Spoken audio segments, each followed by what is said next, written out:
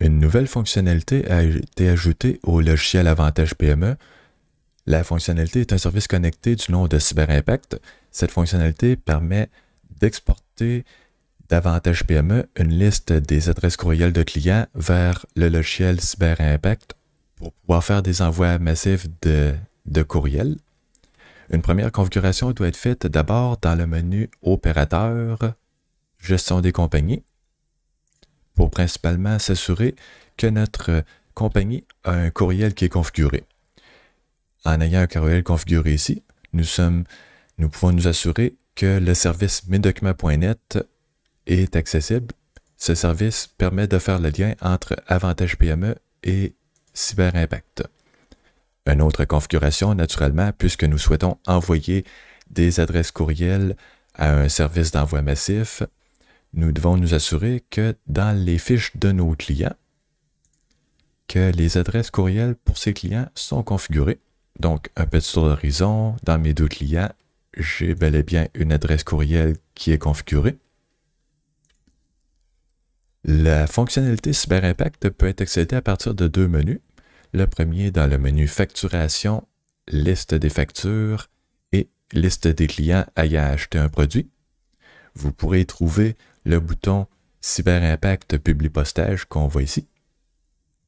Le deuxième menu se trouve dans l'onglet CC, Fiche des clients, Liste des clients et Liste générale des clients.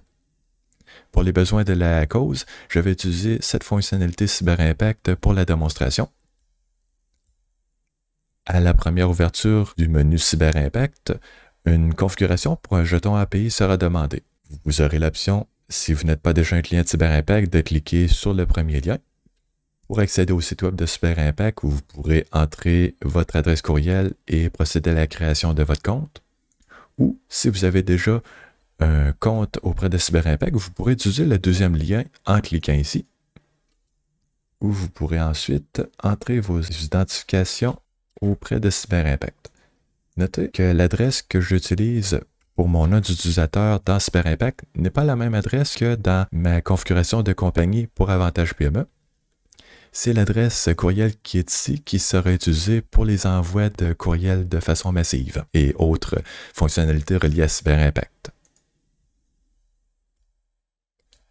Une fois la première connexion faite, vous aurez la possibilité de créer un nouveau jeton d'API ou si vous avez, comme moi, déjà des jetons, vous pouvez utiliser un des jetons existants, utiliser le bouton des 3 petits points pour visualiser et ensuite copier dans le presse-papier le texte du jeton en question et en retournant dans Avantage PME, nous pourrons le copier avec le raccourci CTRL-V. Une fois la configuration terminée, le signe de moins en rouge se change pour un crochet vert. Nous avons donc fini cette partie de la configuration. Je vais réduire cette section. Dans la section suivante, CyberImpact propose par défaut un nom de groupe qui contient le nom du logiciel et la date du jour que vous pouvez modifier au besoin. Aussi, il est possible dans le bas de réviser et au besoin modifier les adresses courriels, les noms des clients ou les langues des clients. Ces informations sont les mêmes que celles dans les dossiers clients du côté Avantage PME. Vous pouvez aussi au besoin supprimer une ou des adresses ou en ajouter.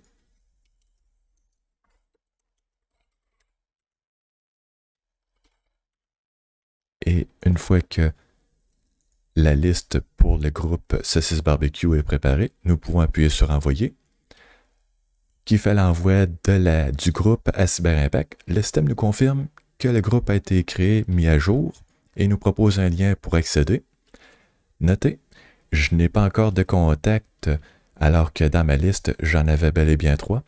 Le pourquoi, c'est parce que le site web peut prendre jusqu'à 1 minute pour achever l'information, donc il se peut qu'on ait à attendre un peu pour réessayer et que les contacts s'affichent. Si par accident, nous appuyons sur OK sans avoir ouvert le lien, pas de problème. Le lien est aussi disponible dans le bas de la fenêtre du service connecté CyberImpact.